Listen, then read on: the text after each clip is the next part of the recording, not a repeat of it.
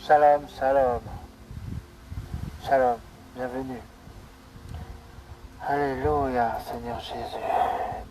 Oh, Akoladala, Seigneur Jésus. Merci, Seigneur, pour tout ce que tu m'apportes, Seigneur.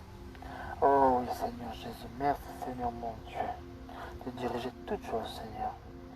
Oh, Saint-Esprit, c'est toi seul qui dirige les cœurs, qui me dirige, Seigneur. Oh, c'est par toi, Seigneur. Oui, je crois en ce que tu m'as donné, Seigneur Jésus. Merci, Seigneur, mon Dieu. Oh, Alléluia. Que je puisse parler en ton nom, au nom du Seigneur Jésus-Christ. Amen, Alléluia. Sois béni, Seigneur Jésus. Oh, Seigneur Jésus. Shalom, shalom. Bienvenue sur la page d'évangéliste Sandy Loerch. L'évangéliste Sébastien Sandy Loerch. Alléluia. Le thème, c'est Jésus, un exemple à suivre. Effectivement, Jésus est un modèle pour chacun d'entre nous. Alléluia. Merci Seigneur Jésus. Nous allons commencer par la parole de Dieu. Dans Matthieu 4, à partir du verset 3, de 3 à 11, sur la tentation de Jésus-Christ, lorsqu'il fut tenté. Alléluia.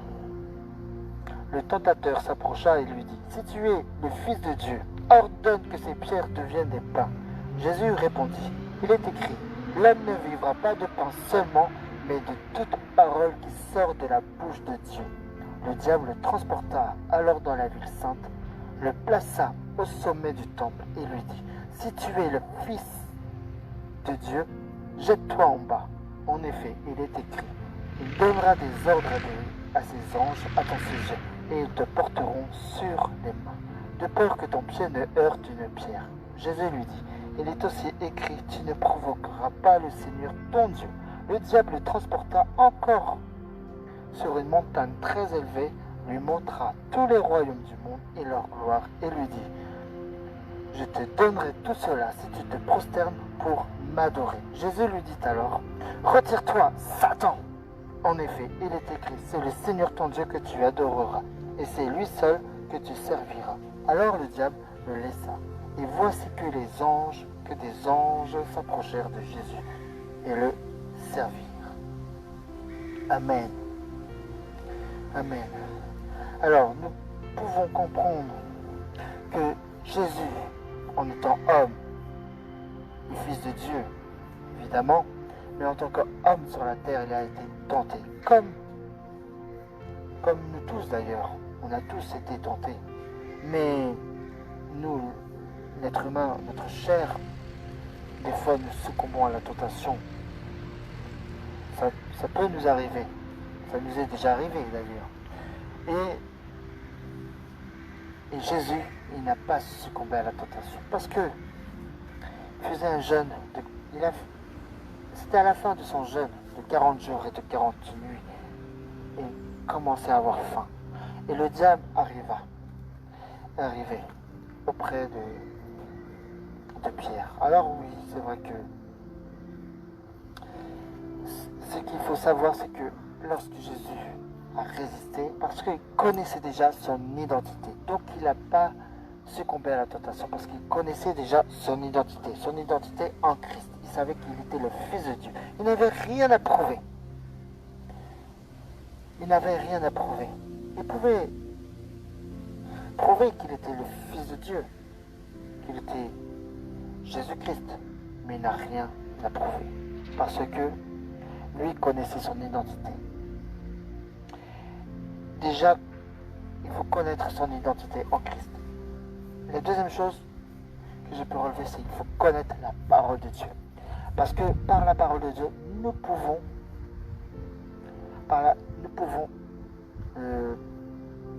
se défendre. Parce que le diable, il attaque par la parole de Dieu pour mener à son sens à lui. Mais nous pouvons nous défendre par la parole de Dieu, par la vérité.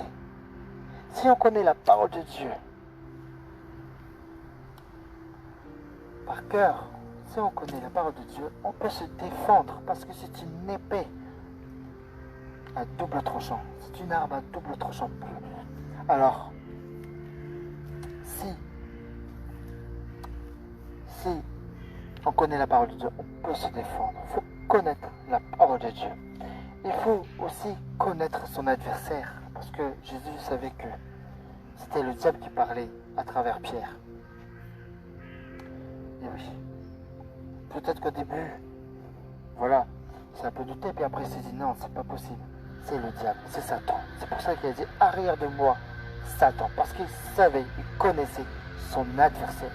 Alors, les trois choses que j'ai pu déjà relever après ce passage, il faut connaître son identité en Christ. Il faut connaître la parole de Dieu. Et la troisième chose, il faut connaître son adversaire. Afin de savoir de quoi son adversaire est fait. Si on a un adversaire ou pas déjà. Son ennemi. Il faut le connaître. Il faut répondre par la parole de Dieu. Alors oui, il n'a pas succombé à la tentation. Et après cela, il rentra dans son ministère. Alors le diable, c'est qu'il veut nous détruire. Parce qu'il sait très bien qu'on a une bénédiction après. Une ou des bénédictions. Et qu'il fera tout pour te déstabiliser. Pour que tu puisses tomber déjà dans le péché. Mais, et pour te diviser aussi. Pour régner. Parce que c'est pour mieux régner. Alors, tout simplement, nous pouvons croire que Jésus-Christ, il a voulu mener un exemple de vie. Un exemple où il n'a pas succombé à la tentation. Il a résisté. Ah oui. Comme la parole dit, résiste au diable, il fuira loin de vous. Alors, il faut résister, il s'enfuira loin de nous. Il faut être ferme, parce que Jésus nous a donné toute autorité sur toute la puissance de l'ennemi. Alors, Jésus, tout simplement, il faut pas succomber à la tentation, mais il faut vraiment que faire face au diable, répondre par la parole de Dieu. Alléluia. Nous allons voir aussi la suite, Matthieu 4, à partir du verset 17. C'est lorsqu'il rentra dans son ministère. Dès ce moment, Jésus commença à prêcher et à dire « Changez d'attitude car le royaume des cieux est proche. » Comme il marchait le long du lac de Galilée, il vit deux frères, Simon, appelé Pierre, et son frère André qui jetaient un filet dans le lac. C'étaient en effet des pêcheurs. Il leur dit « Suivez-moi et je ferai de vous des pêcheurs d'hommes. » Aussitôt, ils laissèrent les filets et le suivirent. Il alla plus loin et vit deux autres frères, Jacques, fils de Zébédée, et son frère Jean, qui étaient dans une barque avec leur père Zébédée, et qui réparaient leurs filets. Il les appela, et aussitôt ils laissèrent la barque et leur père, et le suivirent. Amen. Donc, c'est que quand il commença son ministère, c'était pas encore ses disciples, mais il commença par ses disciples. Et en fait, c'est que pour suivre Jésus-Christ, il fallait tout laisser tomber. Il fallait suivre Jésus-Christ tout de suite. Alors, et ce qu'on voit aussi, c'est qu'il prêchait la parole de Dieu. Il prêchait le royaume de Dieu. Et il n'allait pas de main morte. Il était direct. Changez d'attitude, car le royaume des cieux est proche. C'est vrai, le royaume des cieux est proche. Il faut changer d'attitude. C'est-à-dire, donne ta vie au Seigneur Jésus-Christ et renonce au péché. Renonce à ce qui est mal devant Dieu. Pour que tu puisses avoir une vie saine, une vie équilibrée, une vie de discipline envers Jésus-Christ. C'est ce qu'il voulait nous enseigner, en fait, Jésus-Christ. Parce que Jésus, il faut vraiment voir toute sa plénitude, toute la vie qu'il a menée sur la terre. Nous savons tous très bien que il a eu amitié aussi charpentier. S'il a eu amitié, c'est que nous aussi, il faut qu'on travaille aussi. Il a eu amitié charpentier, tout le monde connaît. Donc, et sur la terre, il était vraiment de quelqu'un, un homme très humble, qui obéissait à son père. Et un homme sans péché. Ça paraît étonnant pour un homme, un humain, mais parce qu'il faisait la volonté de son père. En même temps, Jésus, nous savons que Jésus, c'est Dieu. Alors,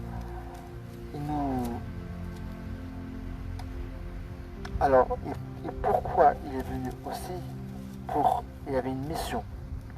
Il avait une mission. Alors, il est dit dans Matthieu 5, verset 17, ne croyez pas que je sois venu pour abolir la loi ou les prophètes. Je suis venu non pour abolir, mais pour accomplir. Il est venu pour accomplir la loi, pas pour l'abolir, pas pour l'annuler, mais il est venu l'accomplir, c'est-à-dire de rajouter, malgré la loi, il est venu accomplir, de rajouter à ce qu'il y ait de la loi. Oui, et c'est quoi? C'est sa grâce, tout simplement. Nous savons, et je ne vais pas dire tout de suite, ce sera pour après, mais nous savons que Jésus-Christ, il est venu avec tout son amour, avec sa grâce. Il est venu donner sa grâce de son amour. Alléluia. Amen. Alors, Jésus, nous allons voir, parce qu'il est venu aussi nous apporter le style de prière, une vie de prière. Il est venu nous apporter comment on doit prier. Matthieu 6, versets 5 et 6. Matthieu 6, à partir du verset 5 et 6.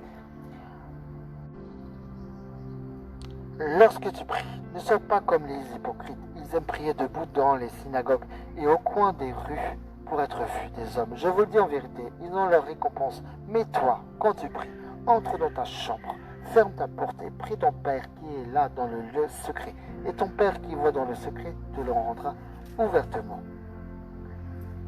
Et un peu plus loin, il dit en priant, ne multipliez pas les paroles comme les membres des autres peuples. Ils s'imaginent en effet qu'à force de paroles, ils seront exaucés. Ne les imitez pas, car votre Père sait de quoi vous avez besoin, avant que vous le lui demandiez. Amen. C'est pas merveilleux ça? Alors donc, cela veut dire qu'il ne faut pas prier d'une manière religieusement, comme dans une religion, parce que Dieu n'est pas une religion. Dieu, c'est une relation. Le mieux, c'est que de prier dans le lieu secret, ça peut être ta chambre, ta maison si tu es tout seul. Ça peut être même dehors si tu es tout seul. Là, moi, je suis tout seul. Si. Ça peut être n'importe où. Parce que le lieu, ce n'est pas le lieu qui compte. C'est ton cœur, la disposition de ton cœur en fait. Ce qui veut dire, c'est que la prière, c'est pas de multiplier de paroles. Ça peut être des paroles courtes aussi, mais efficaces. C'est de parler à Dieu, comme tu parles avec un ami. Alors, c'est de quoi chacun d'entre nous a besoin. C'est vrai, même si tu pries pour ton prochain, ben, il va quand même t'exaucer. Même si tu n'as pas dit ce que tu veux, il va quand même t'exaucer parce qu'il sait que toi, déjà tu as prié pour quelqu'un d'autre, mais il sait que toi, tu as des besoins. Et c'est ton besoin. Alors, oui, il t'exaucera. Alors, il est venu nous apporter un mode de vie au niveau de la prière.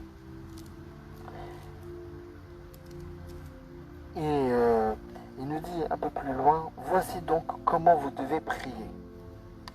Notre Père céleste, que la sainteté de ton nom soit respectée, que ton règne vienne, que ta volonté soit faite sur la terre comme au ciel. Donne-nous aujourd'hui notre pain quotidien. Pardonne-nous nos offenses comme nous aussi nous pardonnons à ceux qui nous ont offensés.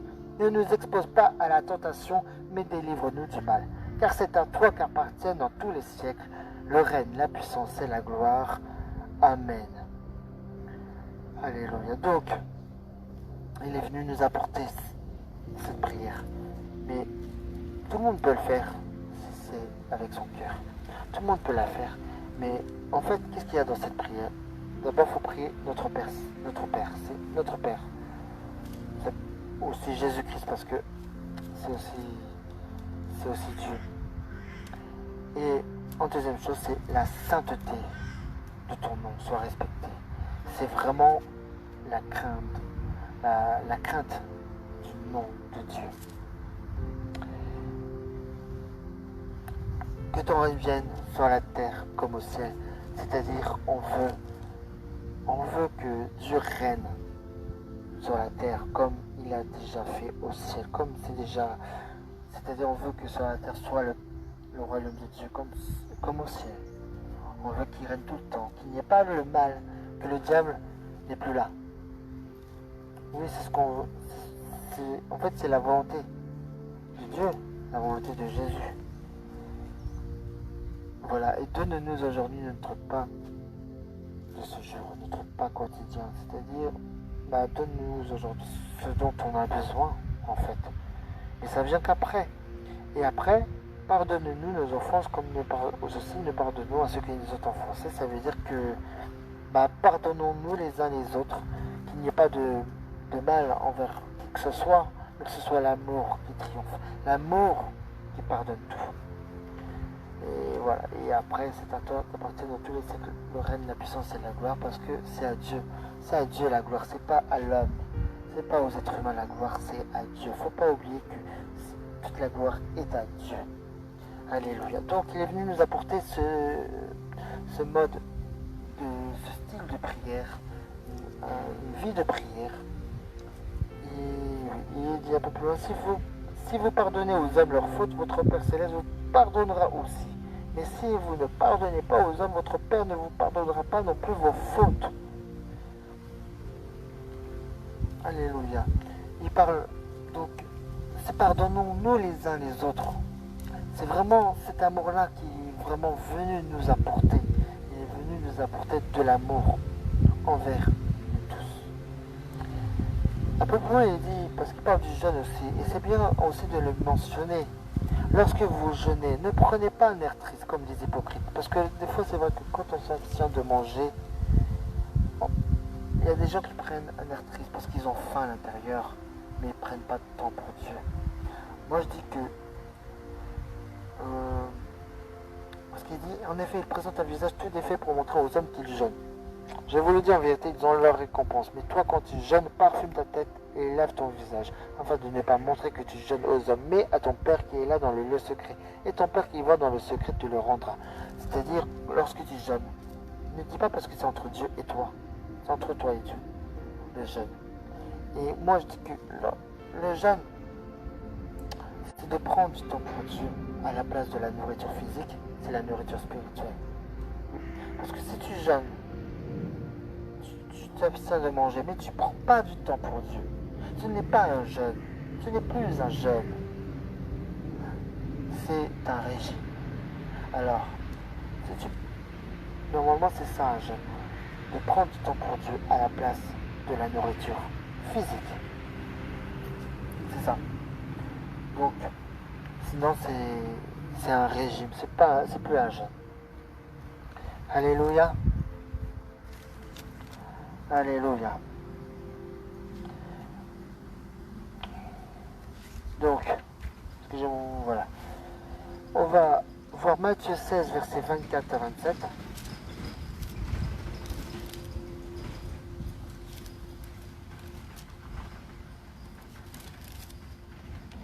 Matthieu 16, versets 24 à 27. Alors Jésus dit à ses disciples, si quelqu'un veut être mon disciple, qu'il renonce à lui-même, qu'il se charge de sa croix et qu'il me suive. En effet, celui qui voudra sauver sa vie la perdra, mais celui qui la perdra à cause de moi la retrouvera. Que servira-t-il à un homme de gagner le monde entier s'il perd son âme? Ou que pourra donner un homme en échange de son âme? En effet, le Fils de l'homme va venir dans la gloire de son Père avec ses anges, et alors il traitera chacun conformément à sa manière d'agir. Amen. Et oui.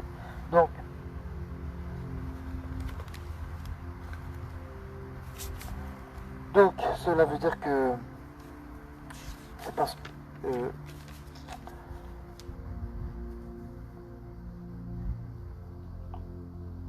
donc cela veut dire que bah, Jésus dit qu'il se charge de sa croix, qu'on se charge de la croix et qu'on le suive.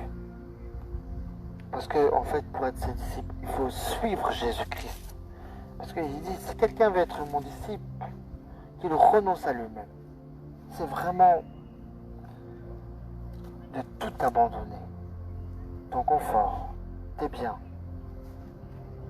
tes intérêts, ta famille, tes amis, tout. Tu renonces à tout. À toi-même. C'est renoncer à toi-même, c'est renoncer à tout ton confort que tu as ici-bas sur la terre.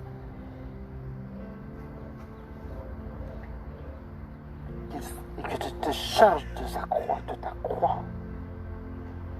La croix, c'est ça. Et afin de suivre Jésus-Christ. Même si tu es riche, il faut tout laisser. Parce que la Bible dit que il est plus difficile à un riche d'entrer dans le royaume de Dieu qu'un pauvre. Parce que un riche, il a tout son argent à perdre, que le pauvre, il n'a déjà plus rien. Alors, c'est vrai. Alors donc, Jésus, il est venu nous montrer un mode de vie. Il nous dit comment il faut suivre. Comment. Alors, suivons Jésus-Christ. Renonçons à tout ici-bas sur la terre pour suivre Jésus-Christ. Alléluia. Il est venu aussi nous enseigner que Jésus, lorsque il alla prier, il alla vers les montagnes à l'aube, le matin. Et ça, je pense que il faut vraiment...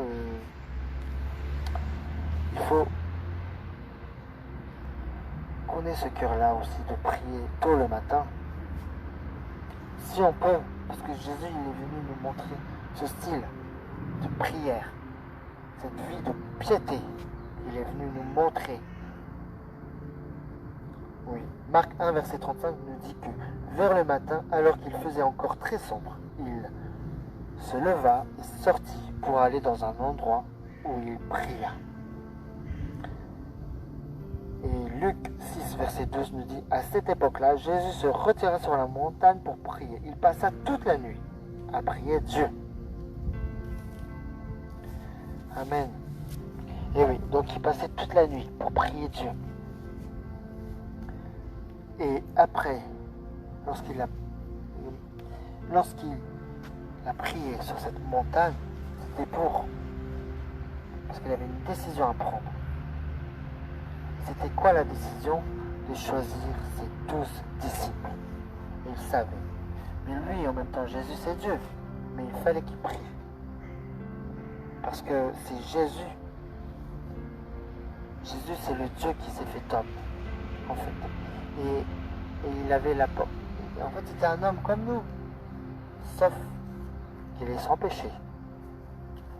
Et il est venu nous montrer un exemple sur cette terre. Alors, et cet exemple, il nous le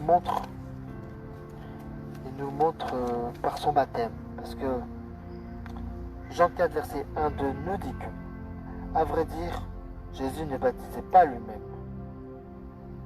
mais c'était ses disciples qui le faisaient. Voilà, parce qu'il voulait nous montrer un exemple.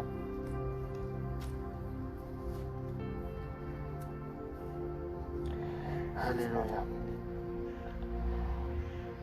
On va regarder Jean 13, versets 14 à 17.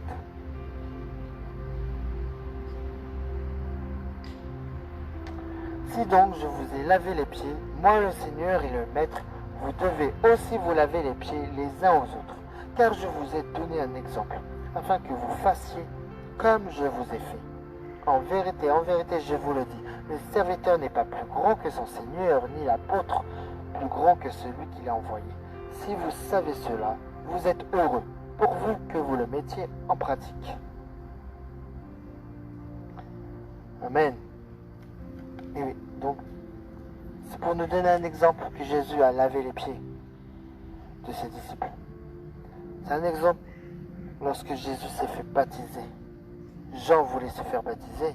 Jésus lui a dit non, c'est toi qui me baptises. Parce que Jésus pensait, parce qu'il voulait nous donner un exemple, un modèle à suivre et un cheminement spirituel par lequel on doit passer. S'il n'avait pas fait ça, on n'aurait jamais su qu'il fallait prendre son baptême d'eau par immersion. Donc Jésus, il a voulu nous enseigner par ses actes d'amour, par ses exemples de vie. Alléluia.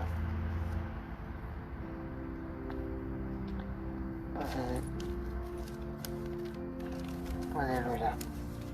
Gloire au Seigneur Jésus.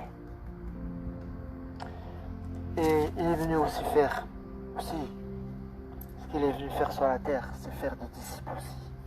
Parcourir la terre, annoncer la bonne nouvelle du royaume. Il est venu proclamer la bonne nouvelle. C'est ce qu'il est venu, afin que les gens puissent se donner au Seigneur. Oui, c'est ça qu'il est venu faire. Il est venu, en fait, sur la terre, c'était révéler le cœur de Dieu. Révéler qu'il y a un Dieu, qu'il y a un Dieu, qu'il fallait passer par Jésus-Christ, par lui-même. Oui, parce que Dieu l'a envoyé pour qu'on puisse passer par lui. Parce que il y avait trop de mal sur cette terre, trop de péchés. C'est pour cela. Alors il est dit dans Matthieu 28, verset 19-20, allez, faites de toutes les nations des disciples. Baptisez-les au nom du Père, du Fils et du Saint-Esprit et enseignez-leur à mettre en pratique tout ce que je vous ai prescrit. Et moi, je suis avec vous tous les jours, jusqu'à la fin du monde. Amen. Alors, on voit bien que c'est un cheminement. Allez, faites de toutes les nations des disciples. Il veut tout d'abord qu'on proclame la bonne nouvelle partout où on met les pieds. Ensuite, une fois qu'on a rattrapé des âmes, c'est de baptiser. De les baptiser. C'est le cheminement. Baptiser d'eau par immersion, mais aussi du Saint-Esprit. Et enseigner-leur à mettre en pratique tout ce que... C'est-à-dire, on est là pour enseigner les uns les autres. Tout ce qu'on a appris. Tout ce qu'on a appris, on doit le transmettre. C'est ça, c'est le cheminement. Il est venu nous montrer cet exemple. Alléluia. Il est venu aussi pour se réconcilier avec chacun d'entre nous. Alors, on va voir 2 Corinthiens 5, verset 19-21. 2 Corinthiens 5.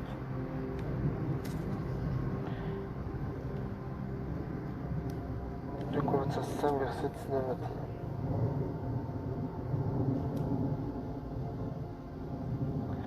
En effet, Dieu était en Christ, il réconciliait le monde avec lui-même en ne chargeant pas les hommes de leurs fautes. Et il a mis en nous la parole de la réconciliation. Nous sommes donc des ambassadeurs pour Christ, comme si Dieu adressait par nous son appel. Nous supplions au nom de Christ, soyez réconciliés avec Dieu.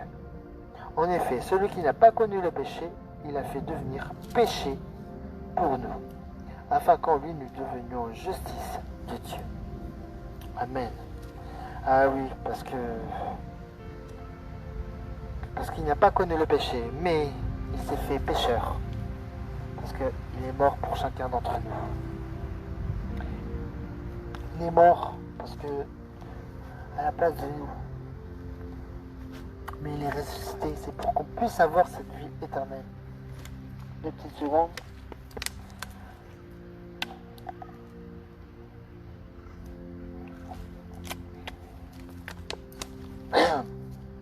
Il est mort pour chacun d'entre nous. Alléluia. Il est mort pour chacun d'entre nous. Il s'est réconcilié avec nous. Et en fait, il s'est fait pécheur.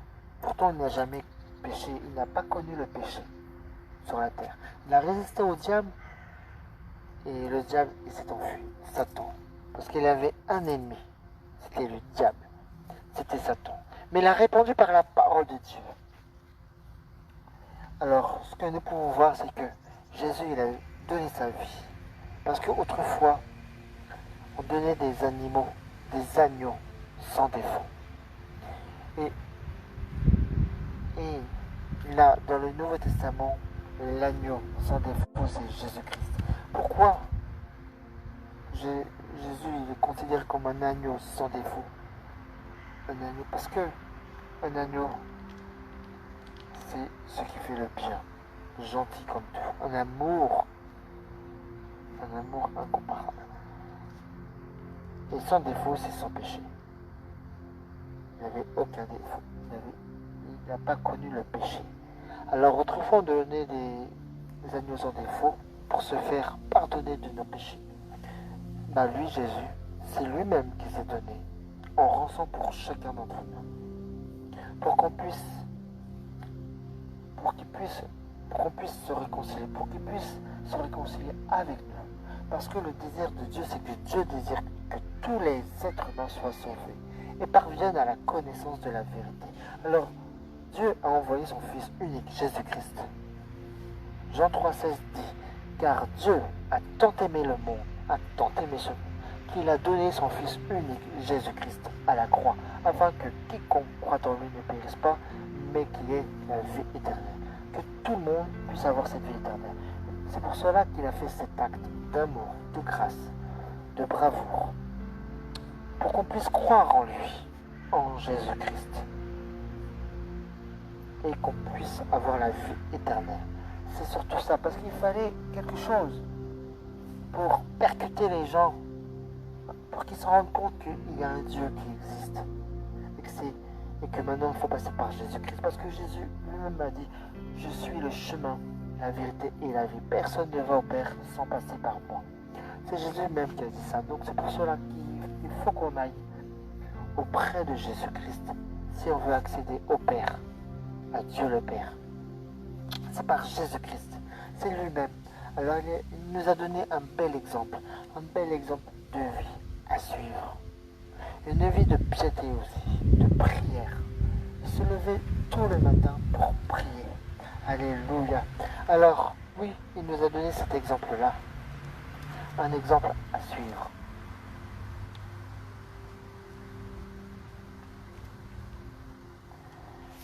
Nous allons voir Colossiens 1, versets 15 à 20. Pour comprendre vraiment qui est Jésus.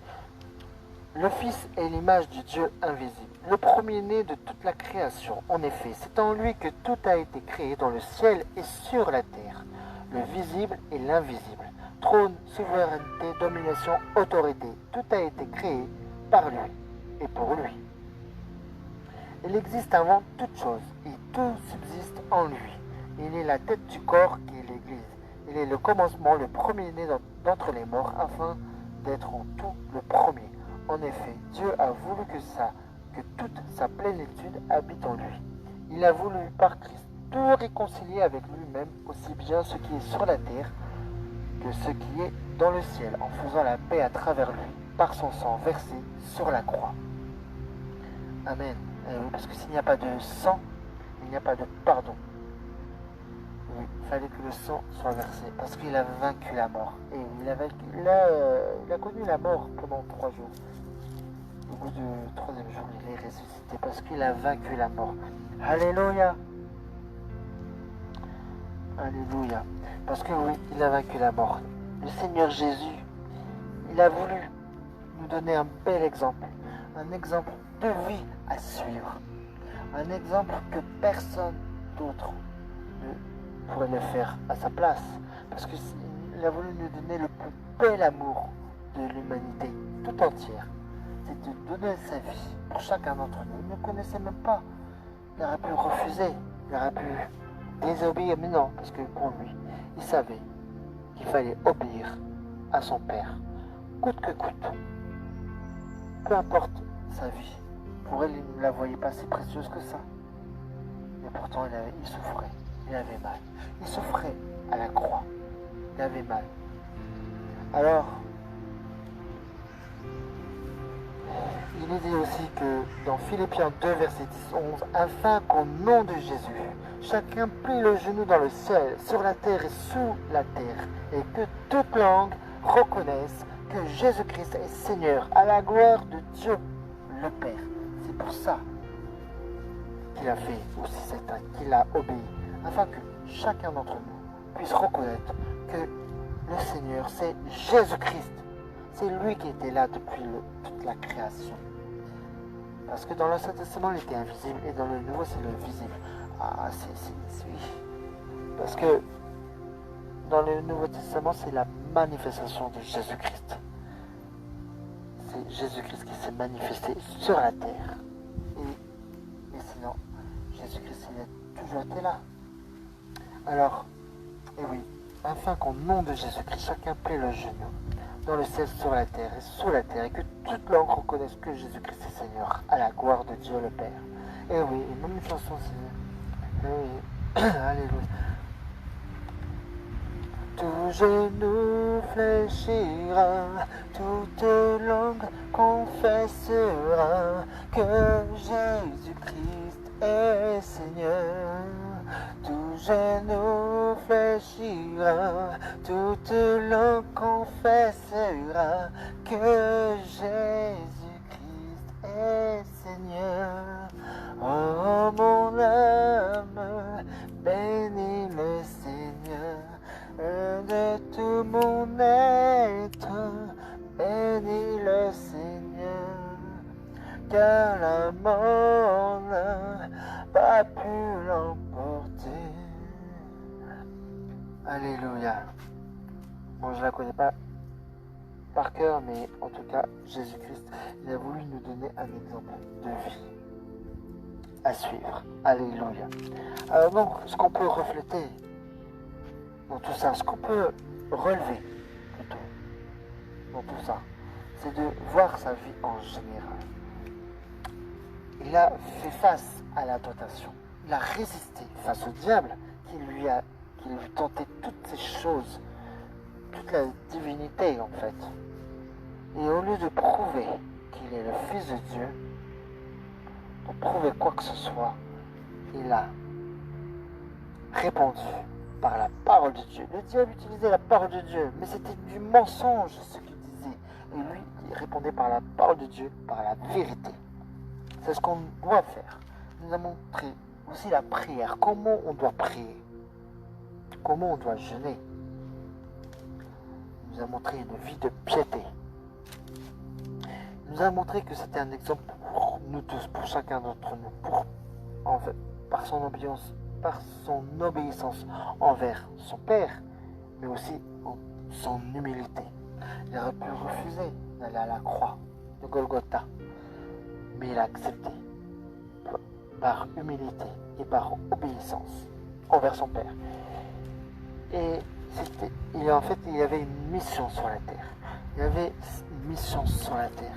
C'était déjà de mourir pour chacun d'entre nous à la croix, afin de nous enlever le fardeau qui nous pesait si lourd, qui est le péché, afin qu'on puisse avoir la vie éternelle. Sans son sacrifice, on ne peut pas avoir la vie éternelle, on ne peut pas être pardonné si rapidement. Et maintenant, qu'est-ce qu'on doit faire pour être pardonné?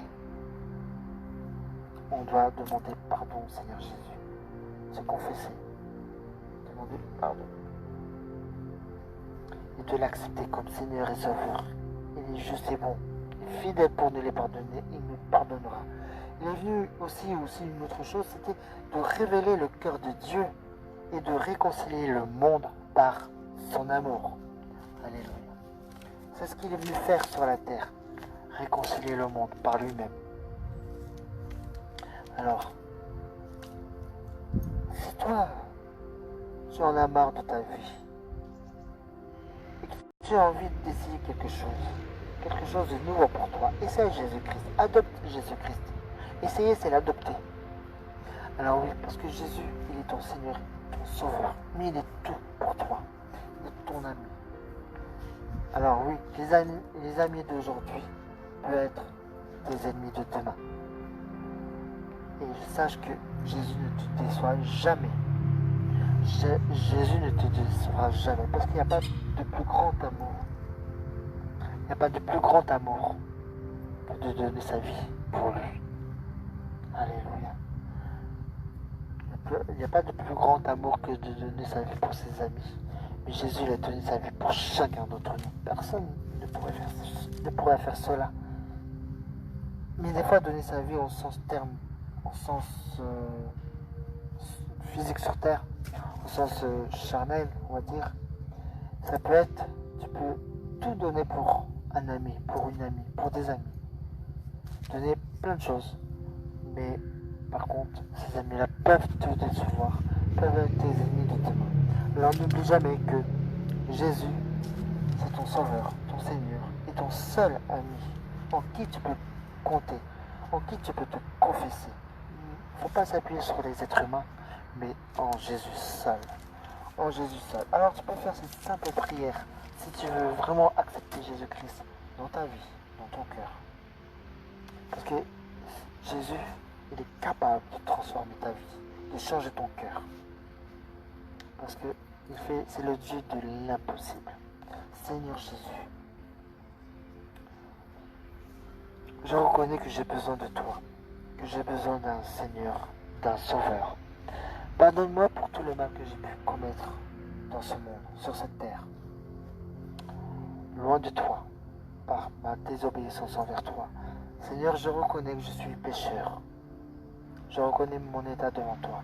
Aujourd'hui, je vais t'accepter comme Seigneur et Sauveur de ma vie. Parce que je sais que j'ai besoin de toi, j'ai besoin de ton amour. Alors révèle ton amour dans mon cœur. Change mon cœur. Change ma vie. Et fais de moi ce que tu veux vers ta volonté. Merci Seigneur Jésus de me diriger par ton Saint-Esprit. Au nom du Seigneur Jésus-Christ. Amen. Amen. Soyez bénis. Soyez bénis. Voilà, donc le direct se termine. Le direct se termine. J'espère que le son ça va, que vous avez pu entendre. Parce que je suis à l'extérieur une première fois aussi en direct. Il n'y a pas grand monde, il n'y a personne. Enfin, voilà. Et voilà, donc ce direct, c'était le thème de Jésus, un exemple à suivre. Alors oui, tu t'as beau suivre des exemples, des personnes en exemple, mais le seul que tu peux suivre vraiment et qui peut te faire du bien, c'est Jésus-Christ. C'est lui le seul que tu peux suivre comme exemple. Alors suis cet exemple et il te sauvera. Alléluia. Alors voilà, donc j'aimerais dire aussi que peu importe ce qu'on peut dire dans ma vie, peu importe, cela m'est égal, parce que je sais ce que je fais, c'est par le Seigneur Jésus-Christ. Alléluia. Alors donc, on a beau dire, mais si cela ne vient pas de Dieu, Dieu m'arrêtera. Dieu m'arrêtera. Alléluia. Alléluia.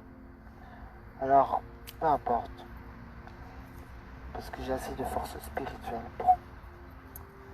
pour combattre toutes ces choses. Alléluia. Je me sens bien, je suis en pleine forme. Voilà. Alléluia. Alors, je vais vous laisser. Passez une très bonne journée. Et à très bientôt. À très bientôt. Allez, au revoir et j'espère que ce message vous a interpellé, etc. Soyez bénis au nom de Jésus-Christ. Alléluia. Soyez bénis.